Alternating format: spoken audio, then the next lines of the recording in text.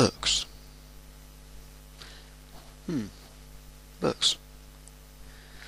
I decided to do this one today because book I'm currently reading is turning pretty interesting. It's called Poppy's War. Anyway, books they create a mind. They create your own imagination, basically. That's why so many people say you should read. Read books. Books have different kind of genres. They have romance. They have action. They have mystery. They have supernatural. They have well, basically any kind of thing that you're looking for. Now, I'm going to go through a couple books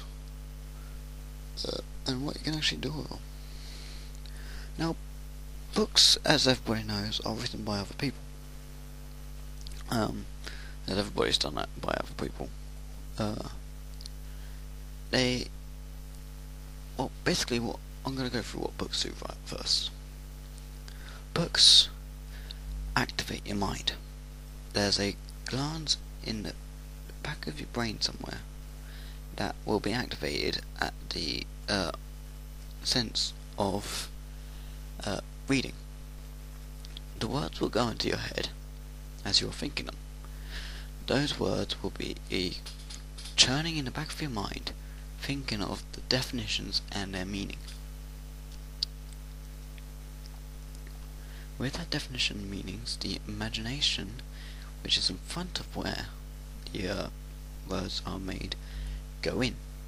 It goes into imagination and it thinks of different things. Say, a fight scene, if it was detailed enough, you could get the clear image in your head and you could think you were the one person fighting. Romance, you could think you were the person kissing in this glorious sunset, and things like that. It's also got it's also near where emotions are. So if you got something like action where somebody dies, then you got it goes. If they make it really sad, then your emotion will kick in and you will feel sorry. I'm going to read a passage of one of my romance stories, of which is sad.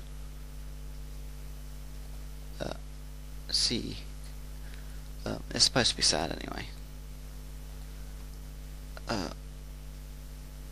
Basically, what the main character, Loricata, is actually speaking from his view and remembering the past.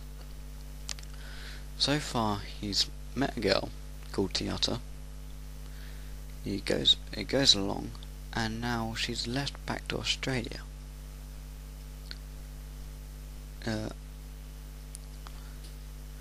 Once she's left back to Australia, this is the first paragraph. I didn't care what happened anymore after these events. I didn't sleep. My house was a mess. I got to work even later than before and did not work at all. When that started, my boss fired me on the spot. I just shrugged and walked it off. No more job. I had no more money coming in. The only money I got was coming in from Cairo, was trying to repay me. She gave me about £10 for food and to keep me alive, really. I would take it. She would cook and try to make compensation. Unfortunately, I had turned mute, so nothing ever came out of my mouth. Nor was there a smile. Just lips plain and simple, lifeless and unmoving. Same as my heart. It wasn't beating, just slopped. I was sure that my body had finally given up. So, Tiata's left, and these are the emotions he's feeling. Basically, he's sad about her going back to Australia. But most people who like romance would go, who would actually cry at that definition. And well, if it really gets is emotional language, it does work. Right. Also with books, you've got different types. You've got fiction and non-fiction. By the way, warning, I never get the right definition of what's fiction and what's non-fiction. Mostly because I don't really care, I just read a book. Mostly because I like books, but... So, I'm going to say non-fiction is, books which actually have facts, and fiction is basically made-up stories. So you got fiction, which are made-up stories. Warning, this could be the wrong way around. Sorry. Where you got all these different types, and they can, and you got things like people with superpowers fighting each other. You then got non-fiction, which is for actual facts, like science books, where you got the fact that Jupiter is so many miles away, that a black hole has more chance of appearing down a supernova, and that a white dwarf just comes after a big bang of a sun. So that's basically books. So I'm going to talk about what they can actually do for your brain. Books are very good at actually making you smarter. The only problem is, they don't make you smarter at maths. Because they help you with English and all the other subjects, they just don't help maths. As maths is the exact opposite to books. Maths is more logic.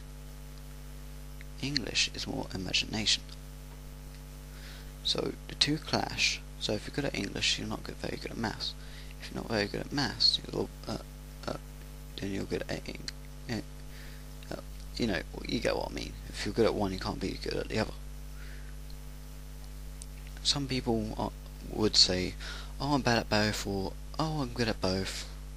Probably because you've had a mixture of both, and you've got a good left brain and you've got a good right brain.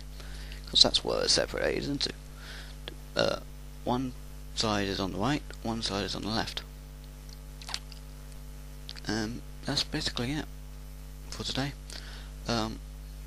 If you have something that you want me to comment about, tell me in the comments.